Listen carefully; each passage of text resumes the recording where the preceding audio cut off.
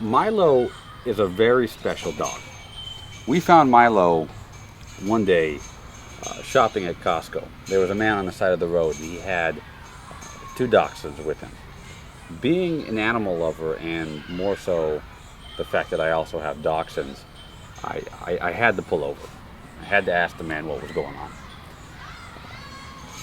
Turns out he was a truck driver who was being relocated and he needed a place for his dogs. So I went home, I talked to my wife about it, and ended up going back to the corner later that evening and talking to the fellow about the dogs. He was trying to sell them.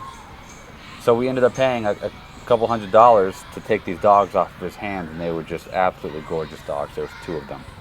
One was Milo, and one was his dad, Riker. We had them in our house for about a month or so. The situation wasn't very pleasant.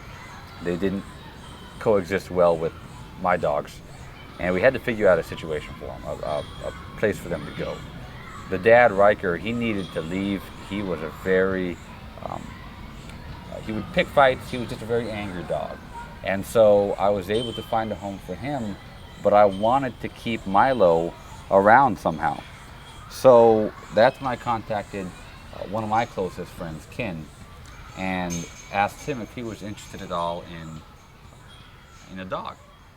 We first got Milo back in 2000, I'd say 2013, about 2013 or so. And we got him from Nick, of course. And of course, during that time, we weren't allowed to have a dog in our house. Having a pet, like me and my siblings, we never had a dog that's ours. But luckily we were able to convince my parents to be able to at least take care of him for a week and see how that went. And lucky enough, we were able to take care of him for a week, and next thing you know, we all fell in love with Milo. And there was no other options but to keep him. So we decided to keep him, and now he's a part of our family. After that, Milo's an amazing dog. I think since this is our first family dog, it's like one of those things where we just created such an emotional attachment to him. Each and every one of us comes home and there's nothing but smiles whenever we see this little guy, and I think that's the beauty of it. Milo also has a very deep bark. He hates anyone knocking at the door, so whenever anyone knocks at the door, he barks super loud, and it sounds like a Labrador coming from this little dachshund. Milo also loves to play catch. That's one of the cool things that I've seen about him, and he's a very fast learner. At home, he's able to go. He's able to do a couple of tricks. He's capable to do spinning around. He's able to do roll over. He's able to play dead, and he's also able to lay on his stomach when we tell him to. All our commands, especially at home. Milo is a special dachshund because he has an intervertebral spine disease. For those who don't know, the dachshunds are common to that disease due to the fact that they have a really long vertebrae over here. And it happened probably about 2 years ago, I'd say. It would just happen out of nowhere. I think what the diagnosis, the doctor said that it was because just over time, these dachshunds aren't meant to go jumping up and down, to run around super fast all the time. There was a couple of options. There was an option of a surgery, but at that time we didn't have the finances to do so, and I believe the success rate was only about 70 to 80%. And outside of that, the doctors gave him oral steroids just to get better, and of course just cage rest. And we did that.